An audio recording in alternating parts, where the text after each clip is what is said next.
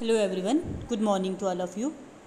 आज हमने next topic करना है एविडेंसेस ऑफ ऑर्गेनिक एवोल्यूशन। ठीक है, एविडेंसेस क्या होते हैं? प्रूफ। हमारे पास ऑर्गेनिक एवोल्यूशन के क्या प्रूफ हैं वो आज हमने डिटेल में डिस्कस करने हैं। ठीक है, अब देखो ऑर्गेनिक एवोल्यूशन, अगर आप लोगों को कंफ्यूज कर रही होगी कि ऑर्गेनिक एवोल्यूशन क्या है, ऑर्गेनिक एवोल्यूशन तो हमने पढ़ी नहीं।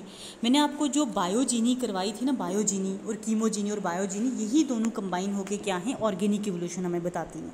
ऑर्गेनिक एवोल्यूशन का मतलब क्या है? जैसे इनऑर्गेनिक कंपाउंड्स ने, इनऑर्गेनिक कंपोनेंट्स ने मिलके ऑर्गेनिक कंपाउंड बनाए, सिंपल वाले, सिंपल से कम्प्लेक्स बने, कम्प्लेक्स से कोएसरवेट्स बने थे।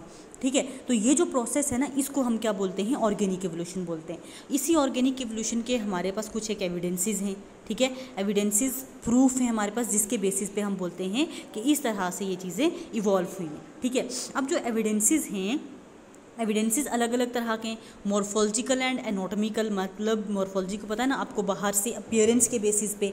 एनाटॉमिकल मतलब इंटरनल बॉडी की बेसिस पे हम कुछ एक प्रूफ हमारे पास हैं। देन एम्ब्रियोलॉजिकल एविडेंसेस, मतलब एम्ब्रियो की डेवलपमेंट के बेसिस पे हमारे पास प्रूफ हैं। पैलेंटोलॉजिकल मतलब हमारे पास फॉसिल रिकॉर्ड्स के बेसिस पे।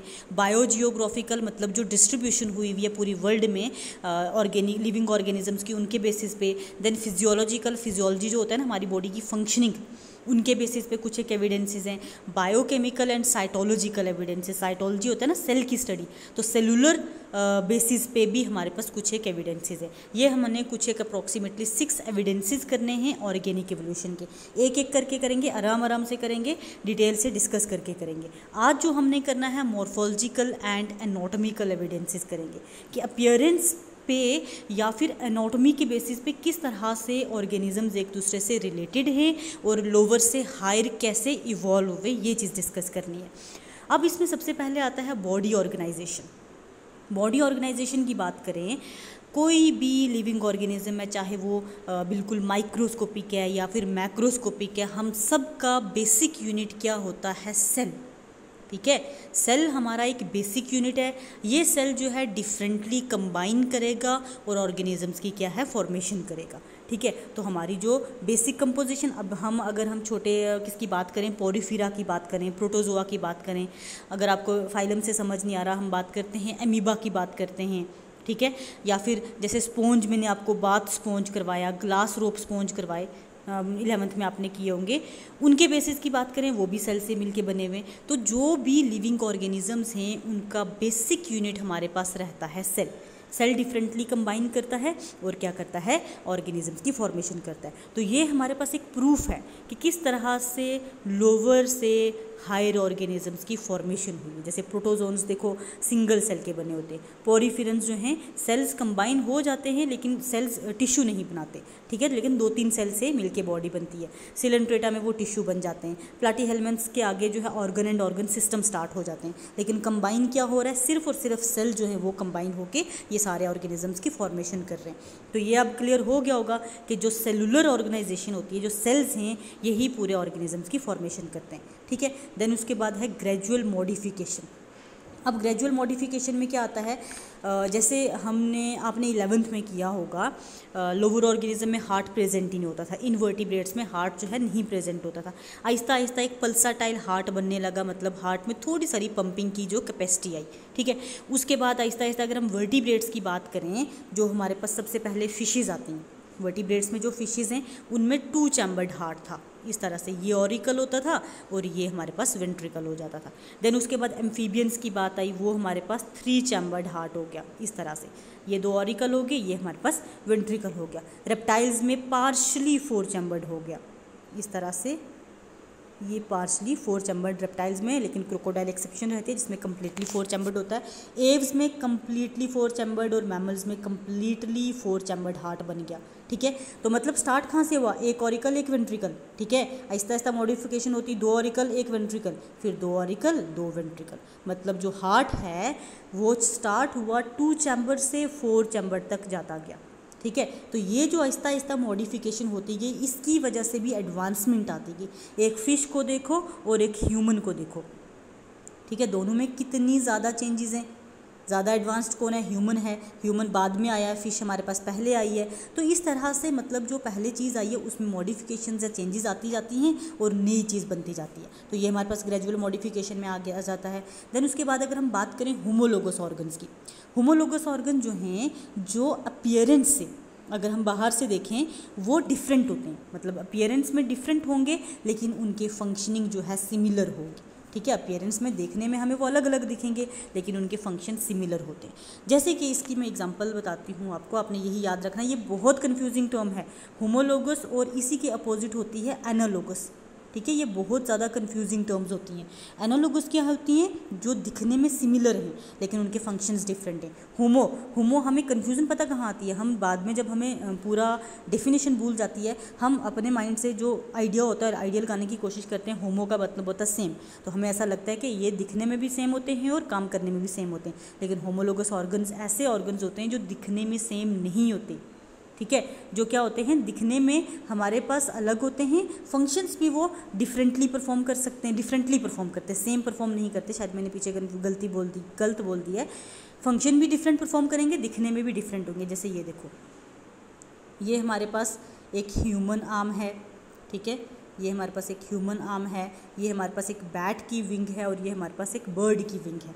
देखो दिखने में सारे अलग दिख रहे हैं, दिखने में जो है सारे अलग दिख रहे हैं, लेकिन अगर इनकी हम बेसिक कंपोजिशन की बात करें, इनकी बनने की बात करें, ये बोन्स को देखो, ये बोन्स जो अगर आप देखोगे, एक सेकेंड, आप बोन्स को देखो, ये ह्यूमरस, रेडियस अल्ना, कार्पल और मेटाकार्पल फेरेंजिस, यही bones, humerus, radius ulna, humerus ये वाली टॉप वाली होती है, ये जो दो हैं रेडियस और अल्ना। ठीक है, देन उसके बाद हमारे पास आ जाती है कार्पल, जो हमारे हैंड और आर्म के बीच में होती है। ठीक है, जहाँ पे रिस्ट बोन बोलते हैं, जहाँ पे हम घड़ी बांधते हैं वहाँ पे। ठीक है, वो क्या आगे हमारे पास कार्पल, देन हैंड वाली मेटाकार्पल, आगे वाली फेलेंजिस। मतलब जो बेसिक कंपोजिशन है वो यही होती है। सब में इनकी बेसिक या ओरिजिन की बात करें, ओरिजिन इनमें सेम होता है लेकिन बाद में वो स्ट्रक्चर में मॉडिफिकेशन शो करते हैं, अपीयरेंस में मॉडिफिकेशन शो करते हैं। देखो ये विंग को देखो, बैट को देखो, ह्यूमन आर्म को देखो, अपीयरेंस में सारी की सारी क्या है, डिफरेंट है। ठीक है, लेकिन इनकी जो ओरिजिन है, ठीक है, बेसिक फॉर्मेशन है, वो तीनों की क्या है, सिमिलर है। ठीक है, तो होमोलोगस ऑर्गन्स हमारे पास ऐसे ऑर्गन्स होते हैं जो क्या होते हैं, दिखने में अलग हैं, फंक्शंस भी वो अलग परफॉर्म करते हैं, लेकिन उनका ओरिजिन, उनका बेसिक स्ट्रक्चर जो है सिमिलर होता है। बेसिक स्ट्रक्चर क्या होगा, सिमिलर। जैसे इसकी अगर बर्ड की विंग की बात करें, इसका क्या काम होता है, फ्लाई करना, उसी तरह बैट का भी फ्लाई करना। ह्यूमन आर्म का हम जो है अपने हाथ से अलग अलग तरह के काम को परफॉर्म करते हैं। अब इसमें ना एक और चीज़ आ जाती है, मैं होमोलोगस और एनालोगस का एक आपको थोड़ा आइडिया दे देती हूँ। जैसे ये बैट का या बर्ड का विंग है, आप देखो हमारे पास इंसेक्ट के भी इस तरह से विंग्स होते हैं। ठीक है, लेकिन क्या इंसेक्ट्स के विंग बर्ड के विंग की तरह हार्ड होते हैं या बर्ड के विंग की तरह स्ट्रॉन्ग होते हैं? बिल्कुल भी नहीं। इंसेक्ट्स के जो विंग हैं बहुत ज़्यादा सॉफ्ट होते हैं और बड़े नाजुक से होते हैं। बर्ड की बात करें काफ़ी स्ट्रॉन्ग होते हैं। तो स्ट्रॉन्ग और नाजुक में जो डिफरेंस है वो किस वजह से, इनके स्ट्रक्चरल फॉर्मेशन की वजह से। बर्ड्स में ऐसी कोई भी बर्ड्स में बोन्स होती हैं, इंसेक्ट में कोई भी बोन्स नहीं होती। तो होमोलोगस ऑर्गन्स यही हो गए हमारे पास। उसके बाद हमारे पास एनालोगस ऑर्गन है। एनालोगस ऑर्गन जो दिखने में हमें सेम दिखते हैं, अभी जैसे मैंने आपको बर्ड और इंसेक्ट के विंग की एग्जांपल बताई, दिखने में सेम हैं, फंक्शन भी सिमिलर परफॉर्म करते हैं, बर्ड्स भी उड़ते हैं, इंसेक्ट्स भी उड़ते हैं, लेकिन उनकी फॉर्मेशन जो है या ओरिजिन जो है वो डिफरेंट होता है। ठीक है, तो आपने ओरिजिन का ही डिफरेंस याद रखना है। ये हमारे पास एनालोगस ऑर्गन आ जाएंगे, जिसमें हमारे पास ये बर्ड का विंग है, बर्ड का विंग और इंसेक्ट का विंग, ये दो एग्जांपल्स आप याद रखना। उसके अलावा हमारे पास और भी कई सारी एग्जांपल्स हैं, जैसे हनी बी का स्टिंग और स्कॉर्पियन का स्टिंग। हनी बी का स्टिंग आपको पता है एब्डोमेन के लास्ट पे होता है, जो स्टिंग हमें करती है। स्कॉर्पियन मतलब बिच्छू का जो स्टिंग होता है। इन दोनों का काम दोनों का सिमिलर है, दिखने में भी सिमिलर है, लेकिन इनका बेसिक जो स्ट्रक्चर है, फॉर्मेशन है, ओरिजिन है, वो जो वेरी करती है। ठीक है, उसके बाद नेक्स्ट हमारे पास जो एविडेंस में आता है कनेक्टिंग लिंक। देखो दो चीज़ें होती हैं, एक कनेक्टिंग लिंक होता है, एक हमारे पास मिसिंग लिंक होता है। मिसिंग लिंक हम आके करेंगे। कनेक्टिंग लिंक और मिसिंग लिंक। कनेक्टिंग लिंक एक ऐसा ऑर्गेनिज्म, मिसिंग लिंक और कनेक्टिंग लिंक में डिफरेंस पहले नहीं बताती हूँ, पहले दोनों का सेम बताती हूँ। देखो एक ये दो और ग्रुप ऑफ एनिमल्स हैं, इनके बीच ऐसा एनिमल जो इसके करेक्टर भी पोजेस करता है, जो इसके करेक्टर भी पोजेस करता है, इसको हम क्या बोलते हैं, कनेक्टिंग लिंक। अब मिसिंग लिंक क्या हो गया, सेम वही बीच वाला ऑर्गेनिज्म जो दो ग्रुप ऑफ एनिमल्स के करेक्टर को पोजेस करता है, लेकिन ये ऑर्गेनिज्म अगर आज भी प्रेजेंट है तो कनेक्टिंग लिंक, अगर वो एक्सटिंक्ट हो चुका है तो उसको हम क्या बोलते हैं, मिसिंग लिंक बोलते हैं। ठीक है, तो कनेक्टिंग लिंक का कई बार मैंने आपको क्लास में बताया, यूग्लिना को हम मानते हैं connecting link between plant and animal. ठीक है, जैसे कि इसमें सेल वॉल एब्सेंट होती है जो प्लांट का स्पेशल फीचर है, cell wall, absence of cell wall indicate करता है एनिमल फीचर, और इसमें क्लोरोप्लास्ट प्रेजेंट होता है, ग्रीन कलर का होता है, जो किसका फीचर है, प्लांट्स का फीचर है। तो ये कनेक्टिंग लिंक है। उसके अलावा और कनेक्टिंग लिंक्स भी बहुत सारे होते हैं हमारे पास, जैसे एक पैरिप्टस है, इसको हम कनेक्टिंग लिंक मानते हैं किसके, फाइलम एनिलिडा और आर्थ्रोपोडा के बीच। पैरिप्टस बोलते हैं, पैरिप्टस बोल सकते हो, पैरिटस ही मोस्टली बोलते हैं। कनेक्टिंग लिंक होता है between Annelida and arthropoda. Lung fishes हैं जो कनेक्टिंग लिंक है हमारे पास एम्फीबियंस और किसके बीच, फिशेस के बीच। फिशेस पहले आई हैं, उसके बाद हमारे पास लंग एम्फीबियंस आए, तो मतलब लंग फिशेस से एम्फीबियंस का ओरिजिनेशन हुआ, ये हम मानते हैं। आर्कियोप्टेरिक्स जो है इसको क्या कंसिडर किया जाता है, यहाँ पे कनेक्टिंग लिंक लिखा हुआ है, आप इसको लिखना मिसिंग लिंक इसको कंसिडर किया जाता है। ये साइड मैंने नहीं, साइड नहीं है।